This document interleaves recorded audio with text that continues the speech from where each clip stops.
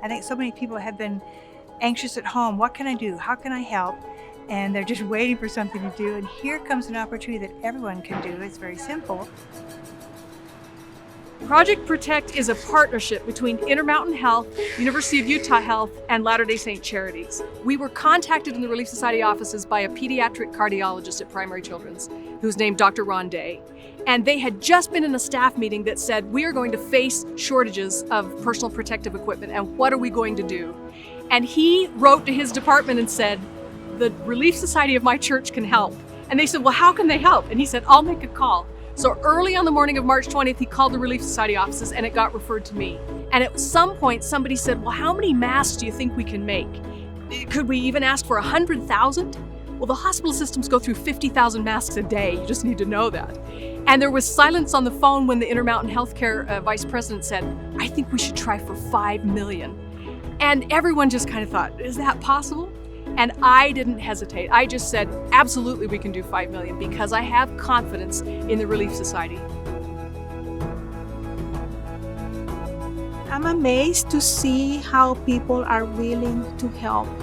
I remember the first week, I could tell that people were kind of nervous coming out of their home, probably for, the first time, just seeing in their faces also when they came to drop the masks off, the joy that they felt, that they were able to help in this effort, which is, I think, is a wonderful thing that is happening, that people are just coming together to help our neighbor. When you think about the goal of making 5 million masks, that's incredible. And yet you can count on the expertise of those in the area who knew how to do it.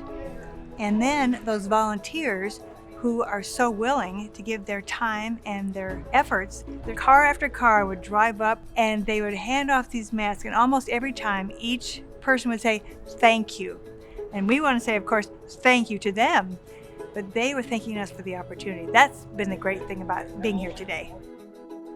This is the Riverton DI, and we're here on Saturday to see people who have picked up their masks last Tuesday bringing them back. So this is an effort that 10,000 volunteers a week for 5 weeks are picking up kits on Tuesday and bringing back finished sewn kits on Saturday. So with the help of the Relief Society, with the Quilters Guild, with different faiths in the community, this has been a multi-faith, multi-community effort. We are all ministering to each other. This is true ministering, just seeing that someone needs help and trying to help them. And I know that we are trying to follow the example of Jesus Christ as we are doing this. I know that he was about helping others and elevating others, and that's what we are trying to do with this effort.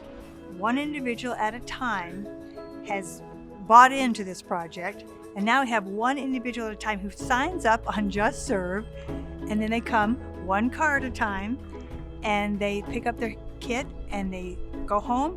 One person at a time, they sew one mask at a time, and then they bring them all back.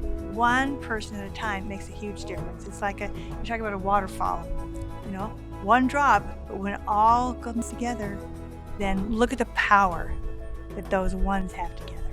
It's going to bless lives here in Utah and throughout the world.